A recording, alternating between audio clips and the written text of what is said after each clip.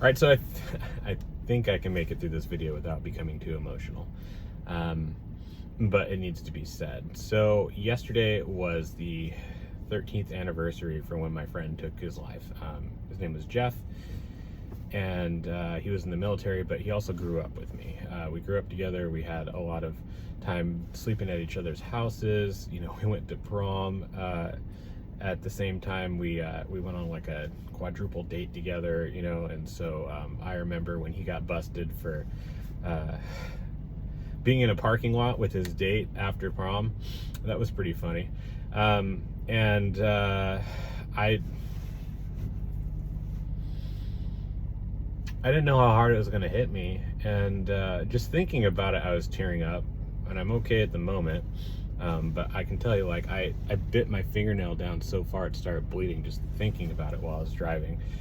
And then I went to church yesterday. There wasn't any escaping it, right? Like, it was interesting because our pastor was talking about how, you know, there was this guy who joined the military, and he didn't want to be in the Marines because those are where, you know, the most casualties happen. So he joined the Navy, and he decided in his mind that he was going to be a cook. But then he went to the recruiter, and the recruiter's like, hey, you want to hang out with nurses, and you want to, you know, just give drugs to people and stuff, and you know, kind of sold it like that.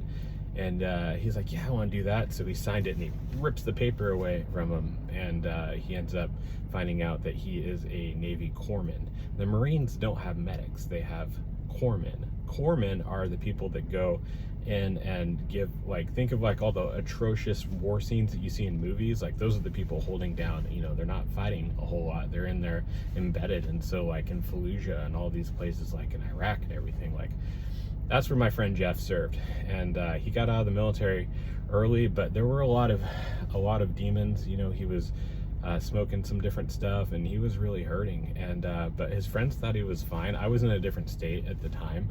I was still active duty, but he was. He went out. He went snowboarding. Everything seemed fine, and then found out that he ended up taking his own life. And you know, those demons that come to kill, steal, and destroy, they want nothing good for you. And how do we find people to help them? Well, we have relationships, and we keep up, and we ask the hard questions, right?